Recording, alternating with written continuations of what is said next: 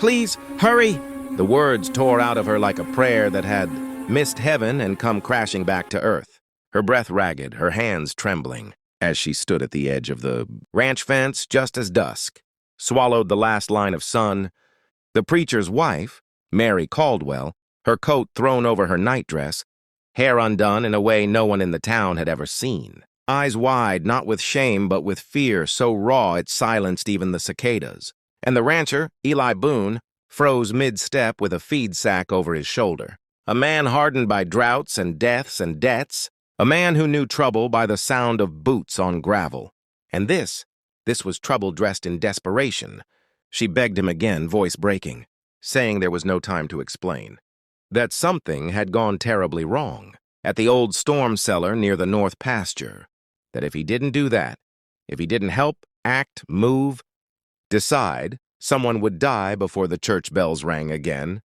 And Eli saw it then. Not scandal, not sin, but the unmistakable look of someone standing at the edge of a cliff with the ground already giving way, and as he followed her through the dark fields, the wind carrying fragments of hymns from the distant church, he realized this wasn't just about saving a body, but about saving a truth that could shatter the town. Because buried beneath the preacher's sermons and the town's perfect Sunday faces was a secret that had been rotting for years, a secret that now lay bleeding in the dirt. And when they reached the cellar and Eli forced the rusted door open, the lantern light revealed a sight that would change everything he believed about faith, loyalty, and the cost of silence. And as Mary collapsed to her knees, whispering, "Please, hurry," again and again, Eli understood that whatever he chose to do next would make him either a sinner in the eyes of men or a savior in the eyes of God. And the clock was already running out. The cellar smelled of rust and rain and regret. And as Eli moved fast, hands steady despite the chaos, Mary watched with a mix of terror and hope, knowing that once this was done, there would be no going back, because the truth they were racing against was heavier than any stone the rancher had ever lifted, heavier than the sermons her husband preached every Sunday about righteousness and order. And as Eli did what had to be done, what no one else would, he realized the town had been built not on faith but on fear of exposure. And when the immediate danger passed and the night fell silent again, Mary finally spoke, her voice no longer begging but breaking, confessing how appearances had trapped her, how the church had become a cage, how the town punished honesty more than wrongdoing.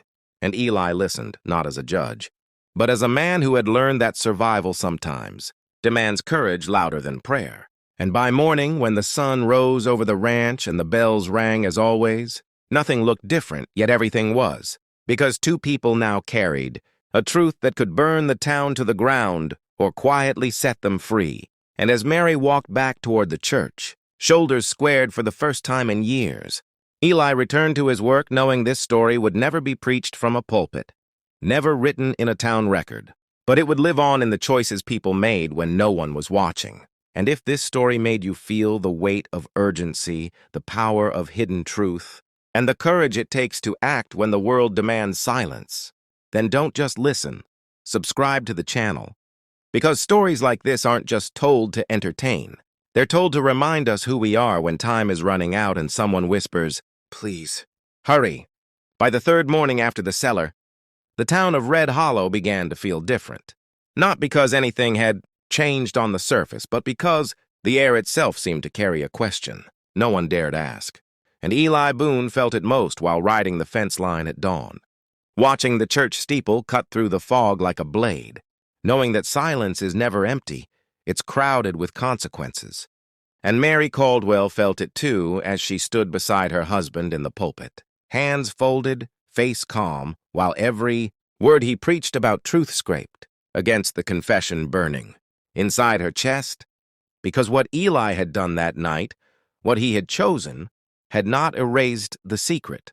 It had merely delayed its reckoning, and the delay was rotting fast, spreading through the town in whispers and sideways looks. Because secrets have weight, and weight leaves marks. And soon the sheriff came asking questions about lantern, lights seen near the north pasture. And soon a boy claimed he heard voices in the dark. And soon the town began doing what towns do best, rewriting fear into rumor, And Eli understood then that the danger was no longer the past, but the future. Because if the truth surfaced without control, it would destroy not just reputations, but lives. Faith itself cracking under the hypocrisy it had been hiding. And when Mary finally came to the ranch again, not begging this time, but standing tall, saying it was time, they both knew hurry now meant something different. Not speed, but courage. Not reaction, but decision. And together they planned not to expose, but to confront. Not to burn the town, but to force it to look at itself. Because sometimes salvation doesn't come from miracles, but from refusing to lie anymore. And as the church bells rang again that night, louder than usual, Eli felt the final. Calm before a storm that would decide who read. Hollow truly belonged to, the reckoning didn't come with shouting or fire or scandal, the way people imagine. It came quietly like truth often does, slipping into the open during a meeting, meant to address concerns, where the preacher's words faltered. For the first time in his life as Mary stepped forward, voice steady, eyes unafraid, and spoke not to accuse but to confess, to the damage caused by silence, to the harm done in the name of appearances, to the way faith had been used as a shield instead of a guide, and the room went still. Because courage is contagious when it's honest, and Eli watched from the back, knowing his role was finished now, knowing that what he had done in the dark had made this moment possible in the light. And as the town absorbed the truth, not everyone accepted it. Some walked out, some wept, some raged. But something irreversible happened that night.